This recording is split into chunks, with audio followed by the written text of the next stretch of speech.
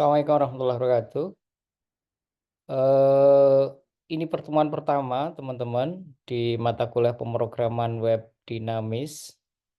Eh, selama satu semester ini kita akan selenggarakan secara daring. Meskipun demikian, jika memungkinkan luring, kita akan selenggarakan secara luring juga. Mohon maaf tidak bisa sinkronus, tapi ini saya rekam dulu dan saya unggah di YouTube. Anda bisa mengulang lagi materi eh, ini. Pertemuan pertama akan saya mulai dengan memotret ruang lingkup materi apa saja yang akan kita pelajari. Dan nantinya pada saat pertemuan secara daring dan eh, streaming di Zoom misalnya atau di Google Meet, nanti akan kita akan kenalan satu persatu dengan teman-teman semuanya. Baik, saya akan share screen materi apa saja yang akan saya sampaikan pada mata kuliah ini. Ya, teman-teman, pemrograman web dinamis. Nah, ini pemrograman web dinamis. Bidang minatnya ini di rekayasa perangkat lunak dan data. Pada semester 5 ini merupakan mata kuliah pilihan ya. Dan ada praktikum satu kali dan teorinya ada 2 SKS. Sebetulnya apa yang perlu dipelajari atau apa yang harus dikuasai? Jadi Anda ketika mempelajari mata kuliah ini akan diharapkan dapat memahami dan menerapkan konsep web dinamis secara mandiri. Kemudian mengidentifikasi kebutuhan dan penerapan basis data, menentukan arsitektur sistem berbasis web untuk kasus tertentu. Jadi nanti akan kita buat studi kasus yang Anda bisa selesaikan begitu. Dan menghasilkan sistem berbasis web dinamis untuk memenuhi kebutuhan user pada studi kasus tertentu gitu. Jadi nantinya eh, ada beberapa tugas individu maupun kelompok. Jangan menjadi beban tugas itu karena ini menjadi guide bagi Anda dalam berlatih. Kalau Anda belajar programming hanya membaca buku, tentu tidak optimal. Harus dicoba, dilatih, kemudian membuat aplikasi sendiri, begitu, sehingga menjadi lebih eh, lebih terlatih. Nah, teman-teman, eh, Anda S1 sehingga perlu pendalaman sisi analisis. Mengembangkan web tentu tidak cukup hanya dengan coding saja. Oh, ada aplikasi. Saya diminta membuat aplikasi akademik misalnya. Sudah langsung Anda coding begitu. Tidak cukup seperti itu, tapi Anda perlu lakukan mulai dari analisis. Nanti di pemrograman di rekayasa web, mohon maaf, kalau Anda mengambil mata kuliah pemrograman rekayasa web itu, Anda bisa mempelajari tahap demi tahap pengembangan web eh, secara sistematis begitu. Mungkin di awal Anda berpikir pemrograman web dinamis coding saja.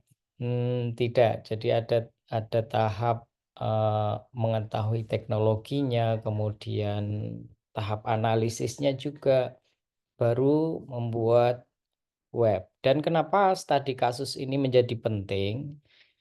Eh, Studi kasus ini ada nantinya akan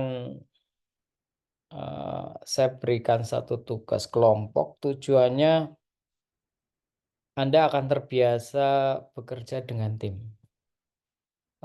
Sekarang saya mempunyai beberapa tim programmer dan di sana tidak ada satu project pun yang kami selesaikan itu sendirian. Hmm, Minimal 3 orang, begitu. Kenapa?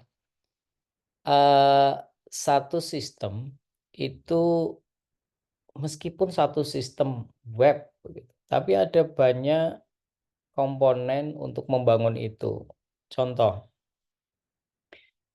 pada saat, sistem akan dibangun, ada proses mendalami atau menggali kebutuhan yang biasa kita kenal dengan requirement gathering. Tentu tidak semua orang, seorang programmer yang jago di, membuat aplikasi itu bagus juga berkomunikasi, mendalami kebutuhan sistem, tidak semua. Jadi ada bagian yang memang tugasnya itu menggali informasi terhadap kebutuhan klien, begitu. Karena di sana itu kan ada pencampuran antara, kebutuhan yang sebenarnya seperti apa dan keinginan, biasanya seperti itu. Maka perlu dilakukan penggalian kebutuhan, terhadap sistem itu. Baru tahap berikutnya adalah, proses analisis. Ini juga ada, beda tim lagi. Jadi ada bagian requirement gathering-nya, ada bagian analis, kemudian baru masuk ke tahap developer atau programmer yang biasanya kita kenal sebagai programmer. Nah, setelah programmer selesai, apakah sudah dianggap suatu project itu berakhir? Tidak. Ada proses pengujian. Nah, tahap pengujian ini sebetulnya cukup lama, tergantung kompleksitas sistem. Dan biasanya seorang programmer itu, build satu aplikasi, eee, tapi beberapa part itu tidak terselesaikan ya karena ada komponen-komponen detailnya kan banyak sekali. Maka perlu ada seorang tester yang detail begitu. Nah, masukan dari tester, tester ini akan menguji, eee, bagaimana aplikasi ini bekerja sesuai dengan kebutuhannya, ada error atau tidak ketika, error-nya itu pada saat kapan, dicatat semuanya. Setelah itu baru tahap rilis. Di tahap rilis itu pun ada proses maintenance. Panjang proses untuk mengembangkan web itu, maka perlu detail perlu detail di beberapa bagian. Nah, sebelum ke sana, itu gambaran secara umum dalam satu proyek pengembangan sistem ya. Nah, spesifik di mata kuliah ini di bagian apa? Di bagian development, sorry. Di bagian development, pengembangan webnya.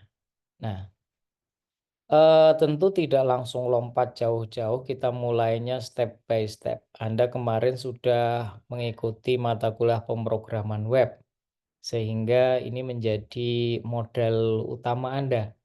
Sudah belajar pemrograman statis, ada, apa, HTML, Anda juga sudah menggunakan CSS, kemudian JavaScript.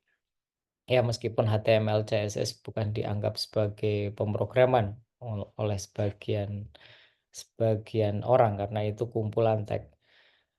Namun di JavaScript itu tentu menjadi, masuk kategori itu.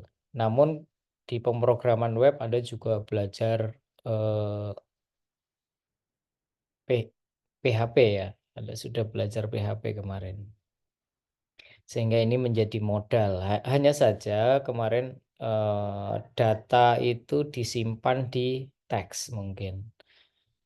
Belum masuk ke database. Nah, di mata kuliah ini itu sudah masuk ke database juga. Ada 2 modal, Anda perlu ingat-ingat. Yang pertama materi pemrograman web kemarin dan yang kedua materi basis data. Di mata kuliah ini hanya review saja, tidak akan mempelajari secara detail konsep eh, dari basis data itu. Saya menggunakan knowledge yang sudah Anda miliki saja. Kemudian di sini Anda perlu menguasai beberapa hal. Anda harus bisa menjelaskan konsep web dinamis dengan arsitektur sistem berbasis web, kemudian mengidentifikasi data dan menerapkan akses serta operasi basis data pada sistem web. Jadi kemarin di basis data Anda sudah belajar database-nya itu sendiri. Nah, di sini database itu bagaimana caranya agar bisa diakses di web, begitu. Jadi ada konektivitas di sana. Kemudian ini hal yang penting juga menentukan arsitektur sistem web untuk memenuhi kebutuhan dengan memperhatikan aspek keamanan, aksesibilitas dan konektivitas. Keamanan itu memastikan bahwa data di web itu tidak mudah diambil oleh pihak lain. Tentu data-data yang sifatnya rahasia. Kalau data publik yang itu memang untuk konsumsi publik yang bisa dibaca, tapi untuk bagian yang tidak, yang perlu disimpan, maka tidak. Ini harus diperhatikan sisi keamanannya. Kemudian aksesibilitas itu lebih ke bagaimana menjaga agar eh, informasi, fitur, sistem di web itu bisa diakses. Jadi percuma percuma juga sistemnya aman, kemudian eh, apa eh, bagus informasinya, tapi tidak bisa diakses. Ini jadi satu kesia-siaan ya. Makanya sisi itu perlu bisa diakses. Atau mungkin begini, ini case yang sering terjadi juga. Desainnya sudah bagus, tapi diakses pada browser tertentu, layoutnya berantakan. Dari sisi itu tentu akan mengganggu ya proses ini bisa diakses. Kemudian di konektivitas, konektivitas itu ada kaitan dengan network. Memastikan bahwa eh, sistem ini bisa diakses dari jaringan yang ditetapkan. Maksudnya begini, ada web, kadang kita membangun web yang diakses di internal saja, tidak bisa diakses dari luar menggunakan jaringan intranet. Kemudian yang bisa diakses publik, maka ini bisa perlu memastikan bahwa ini sudah menggunakan IP publiknya, jadi bisa diakses dari mana saja. Itu terkait dengan konektivitas. Kemudian bagian yang lain yang akan kita pelajari adalah menyelesaikan studi kasus dengan mempertimbangkan teknologi yang sesuai, yang tepat begitu. Nah, ini nanti saya akan berikan satu studi kasus yang bisa diselesaikan oleh tim Anda. Tidak usah banyak-banyak timnya, paling ya 3 orang itu sudah bagus. Kalau 4 orang biasanya eh, apa terlalu banyak ya, 3 orang saja. Kemudian menyampaikan hasil dan pertanggungjawaban, maksudnya pertanggungjawaban itu Anda bisa menjelaskan secara clear pekerjaan Anda dari mata kuliah ini, hasil karya lah. Anda bisa memamerkan hasil karya ini. Oke, kurang lebih itu. Kemudian poin-poin materinya kita akan belajar tentang konsep web statis dan dinamis. Kemarin sudah ya. di pemrograman web saja, pemrograman web itu Anda sudah mempelajari ini. Kemudian client and server programming ini juga Anda sudah pelajari. Di sini ini mereview. Database SQL dan MySQL Anda sudah dapat di pemrograman di database. Di sini review. Kemudian nah ini sudah mulai operasional create, read, update, delete. Jadi ini ada satu aplikasi sederhana yang nanti akan kita buat, kemudian akan kita buat ke eh, implementasi project aplikasi web ini di bagian akhir. Kemudian di sini kita pelajari juga validation and session karena kita akan membuat login di sana. Kemudian login itu fungsinya ya untuk membagi leveling user ya. Ketika user level eh, 1 dia bisa mengakses apa saja, level 2 bisa mengakses apa saja. Contohnya kalau di portal, ketika Anda login menggunakan akun mahasiswa, maka menu yang ditampilkan juga menu untuk mahasiswa, sedangkan untuk dosen berbeda lagi. Dosen itu bisa menginputkan nilai contohnya, kemudian mahasiswa bisa melihat nilai. Kalau tidak dibagi leveling seperti itu akan berbahaya. Jadi yang mestinya yang bisa menginputkan nilai hanya dosen saja, mahasiswa bisa mengakses juga tentu. Ini menjadi hal yang kurang kurang pas. Kemudian ada autentikasi dan security. Ini untuk tadi poin keamanan sistemnya. Kemudian operasional searching and reporting. Jadi ini salah satu output yang sekarang sudah umum disediakan di web. Jadi kalau searching tentu pencarian informasi yang ada di sana ya. Tapi kalau reporting adalah eh, report yang biasanya kita bisa download pada suatu aplikasi. Kemudian nah ini ada web service, nanti kita akan kulik sedikit lah di sana. Web service untuk apa itu? Ya untuk komunikasi dengan sistem yang lain. Web itu tidak cukup hanya satu aplikasi web, tidak cukup dia berdiri sendiri untuk memenuhi semua kebutuhan. Tentu ada banyak sistem yang lain yang tujuannya berbeda tapi mempunyai eh, apa korelasi tertentu. Sebagai contoh begini, aplikasi prestasi mahasiswa, kemudian aplikasi KRS, aplikasi KRS itu masuk akademik ya. Aplikasi Al-Islam, Anda ikut tahsin contohnya. Maka sebenarnya di belakang itu ada kaitannya dengan sistem-sistem yang lain. Contoh, Anda ketika mendaftar Al-Islam ke Muhammadiyahan di Tahsin itu sebenarnya di belakang itu di bagian back end ada pengelolanya sendiri yaitu LPSI. Di sana mengelola satu sistem Al-Islam ke Muhammadiyahan itu juga. Kemudian kalau Anda KRS sebetulnya back end dari itu semua sistem akademik yang dikelola oleh Biro Akademik Admisi BAA begitu. Jadi sistemnya ada banyak di belakang itu.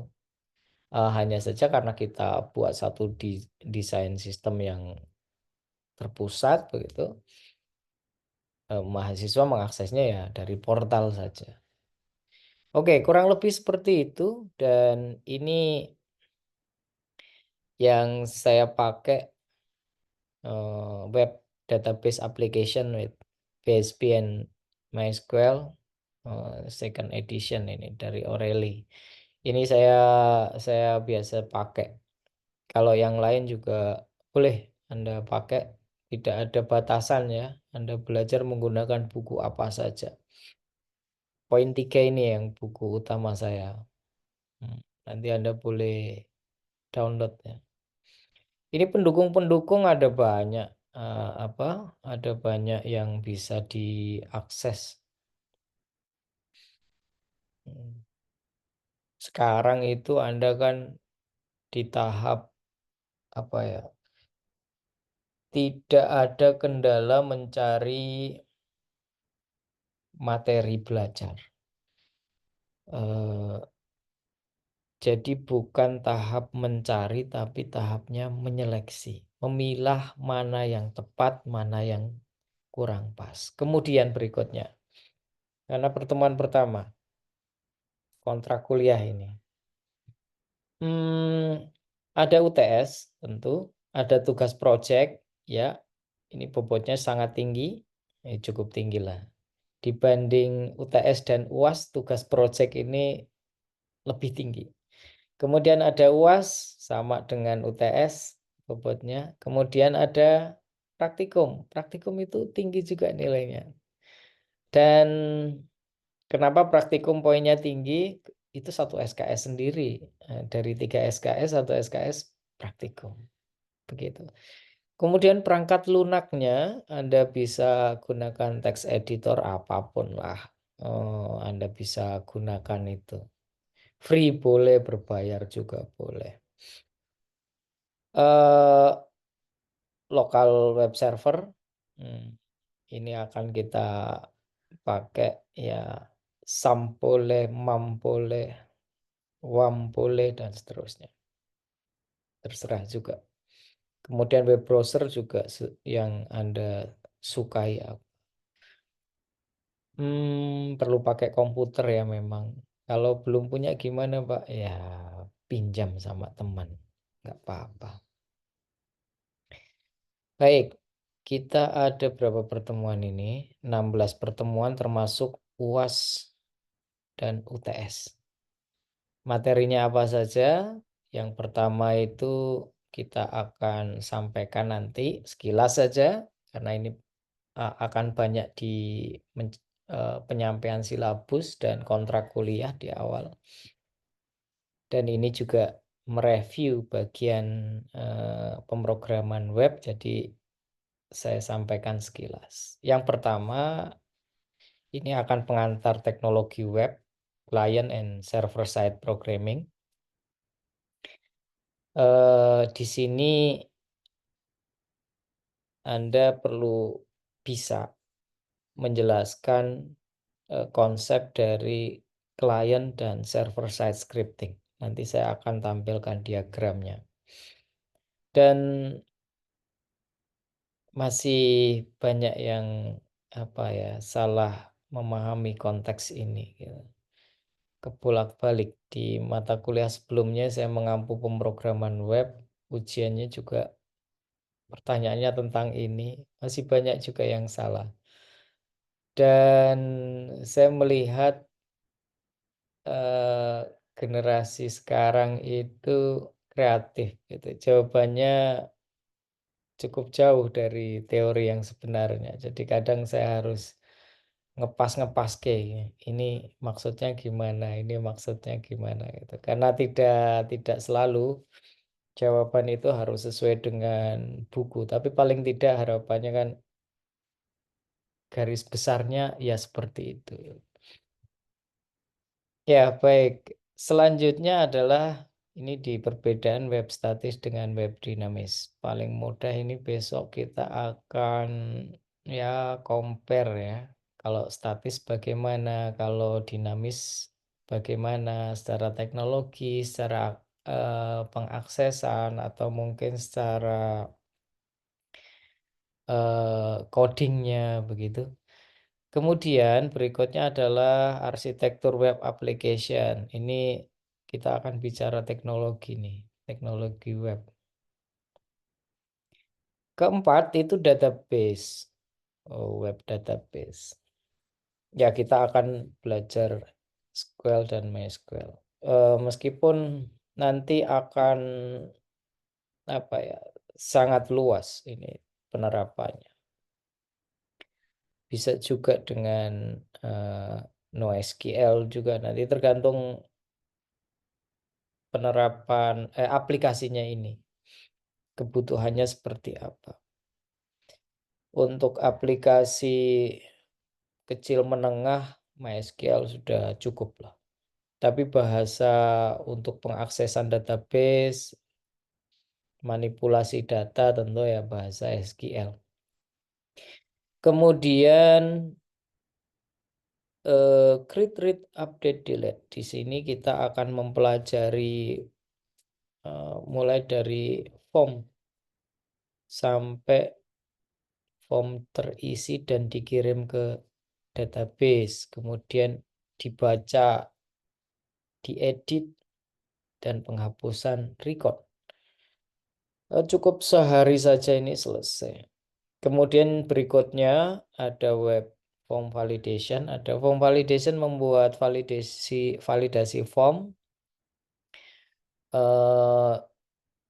Basisnya server side karena di sini ada validasi datanya dari database. Ini banyak ini.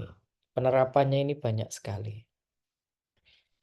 Web session and cookies ini bagian paling mudah kita akan gunakan di form login.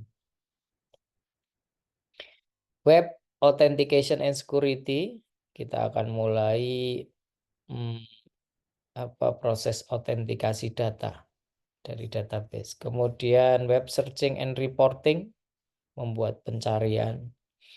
Ya, pencarian sederhana dulu, nanti bisa dikembangkan ke yang kompleks. Dan report itu nanti PDF atau XLS. Nah, ini kita akan mulai mengenal XML, JSON, web service, begitu. Kita akan mulai mengenal ini. Ini menjadi penting teman-teman kuasai.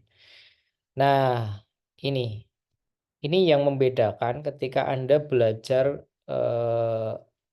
codingannya saja dengan belajar di S1. Ada proses perancangan project.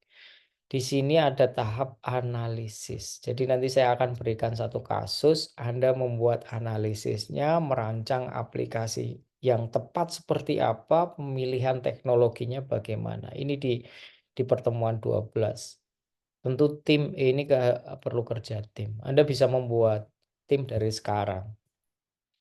Kemudian setelah rancangan jadi, dilanjutkan dengan implementasi proyek aplikasi. Ini kita akan banyak discuss di sini. Saya akan berikan contoh tentu, tapi kita lebih banyak discuss based on your project. Kemudian, nah ini ada 2 pertemuan terakhir presentasi. Kita akan saling memamerkan karya-karya Anda. Begitu, teman-teman semuanya. Materi yang akan dipelajari selama 1 semester ini. Ya, ini Anda bisa perhatikan di bagian-bagian yang penting di sini. Implementasi project itu 15%. Ini nampaknya yang tertinggi, yang lain 10, 7%, 3,5% dan seterusnya. Yang paling tinggi di sisi implementasi project. Ya, karena tujuan akhirnya kan Anda bisa membangun satu aplikasi berbasis web begitu. Baik, demikian materi poin-poin materi, dan kita akan lanjut dengan materi yang pertama, yaitu konsep dari teknologi web, client and server side. Saya akan, nah ini bukunya ini teman-teman. Kalau ada yang versi baru, Anda bisa gunakan tuh versi barunya. Tapi saya versi kedua. Biasanya perbedaannya tidak terlalu jauh. Oke, dan ini kita ke langsung ke teknologi web. Di sini nih. Database application and web. Ya,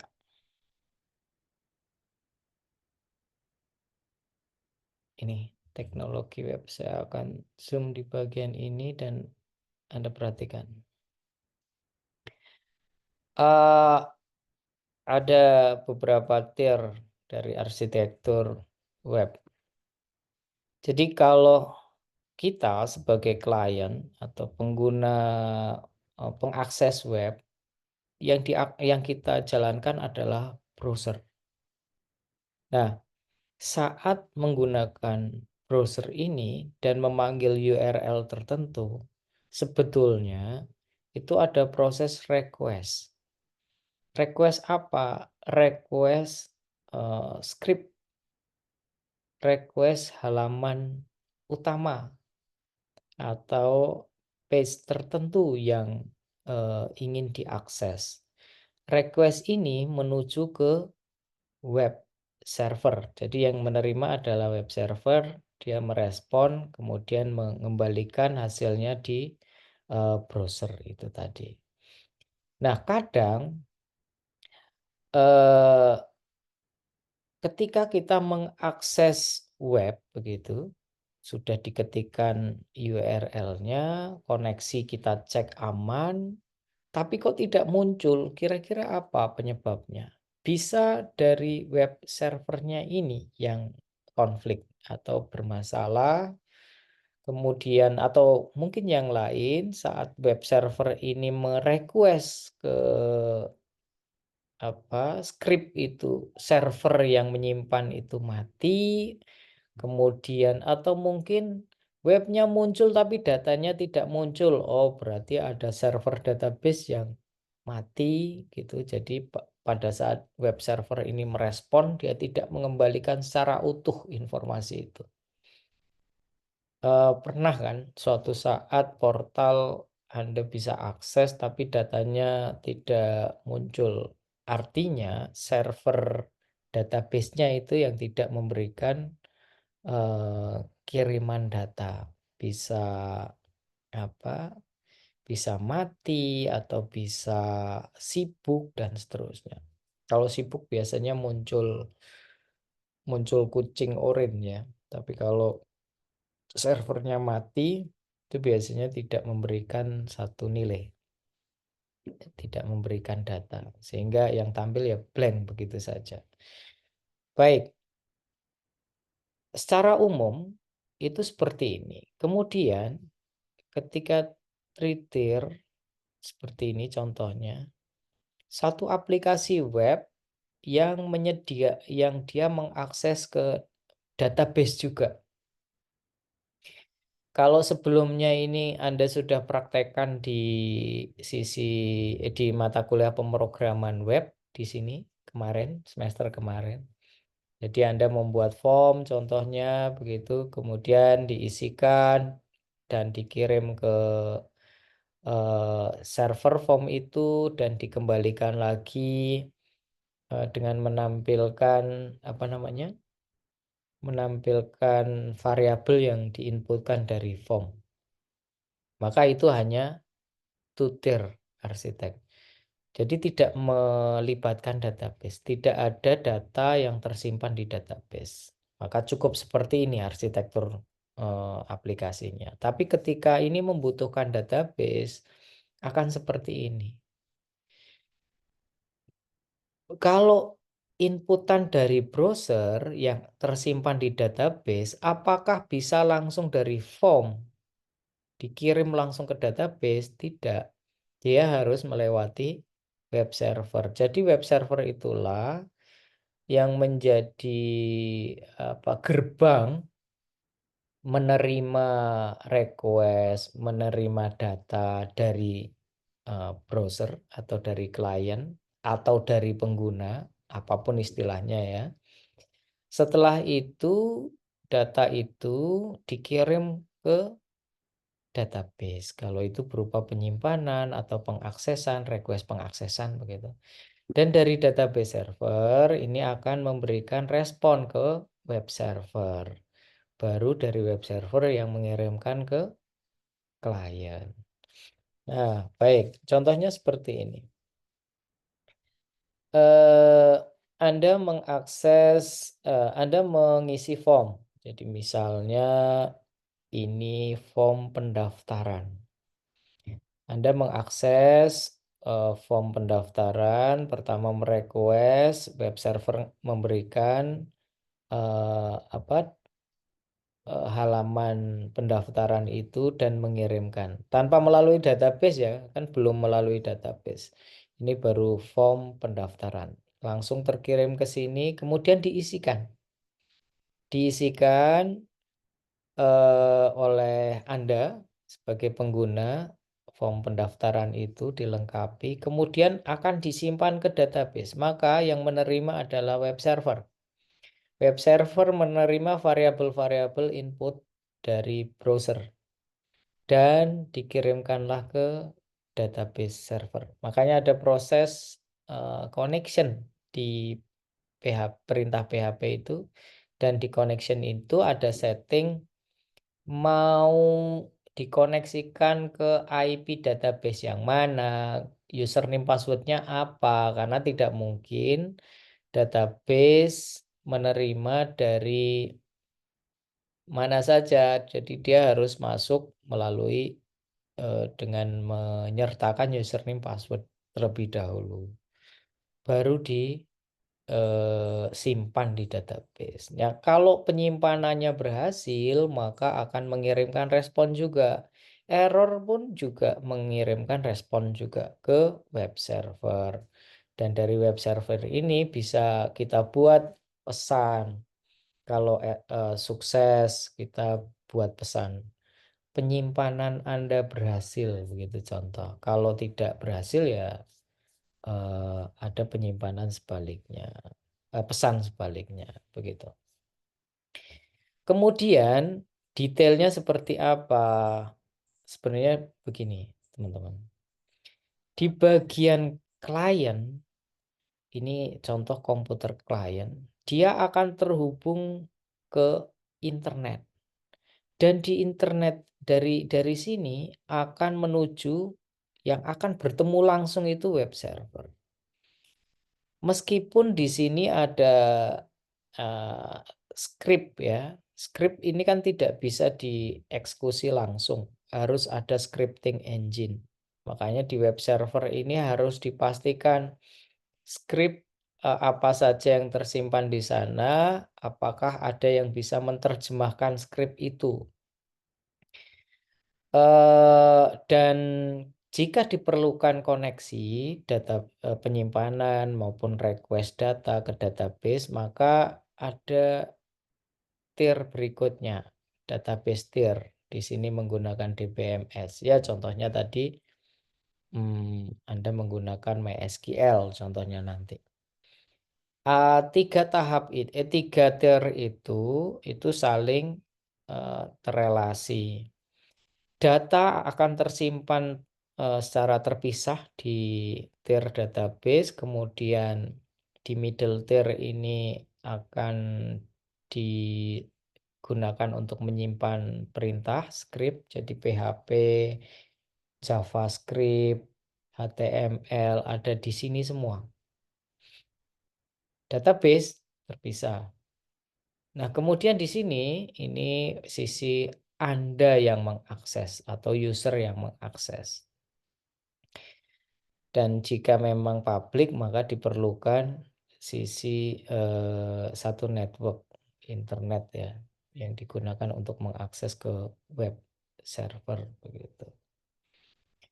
Ya, kurang lebih seperti itu. Secara arsitektur ada 3 tier ini dan nanti Anda pelajari konsepnya akan lebih mudah jika Anda akan mencoba langsung.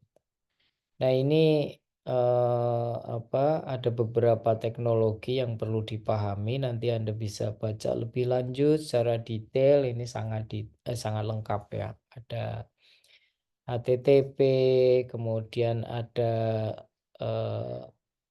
state, kemudian ada apa namanya ya, masing-masing tier, mulai dari 2 tier, 3 tier, dan seterusnya. Dan kalau 3 tier ada sisi apa klien, middle, database gitu. Di bagian middle tier Anda bisa apa mengisinya dengan web server, kemudian di bagian web scriptingnya ini, scriptingnya macam-macam ya, tapi Anda bisa yang umum ini, Anda bisa gunakan PHP, dan kalau sudah menginstal web server, packagingnya kan semuanya sudah ada ya, database-nya ada, kemudian PHP-nya dapat, kemudian apalagi ya, ya web server Apache kalau menggunakan SAM. Di database tier ini biasanya yang dipisahkan ya. Kalau di real world-nya itu ini dipisahkan. Ada engine sendiri. Tujuannya adalah ketika ada engine untuk scripting rusak, server untuk scriptingnya rusak, maka tidak mempengaruhi data, karena data ini kan jadi penting sekali kan. Oke, di DBMS kita nanti akan mempelajari SQL, MySQL, dan seterusnya. Tapi di perintah SQL ya perintah yang umum dipelajari, dan tetap bahasa apapun perintah SQL-nya itu ya tetap sama seperti ini. Baik, itu kurang lebih teman-teman sebagai pengantar pertemuan pertama hari ini. Nanti Anda bisa download, saya tampilkan lagi covernya agar bisa dicari. Ya, ini. Oke, silakan Anda pelajari bagian perbedaan antara client side dan server side. Anda baca dari berbagai literatur. Ya, tugasnya itu ya. Akan apa? Akan saya tanyakan berikutnya insya Allah. Demikian diskusi bisa Anda tanyakan melalui chat di grup. Kurang lebihnya mohon maaf. Sehat selalu. Wabillahi taufiq wal hidayah. Assalamualaikum warahmatullahi wabarakatuh.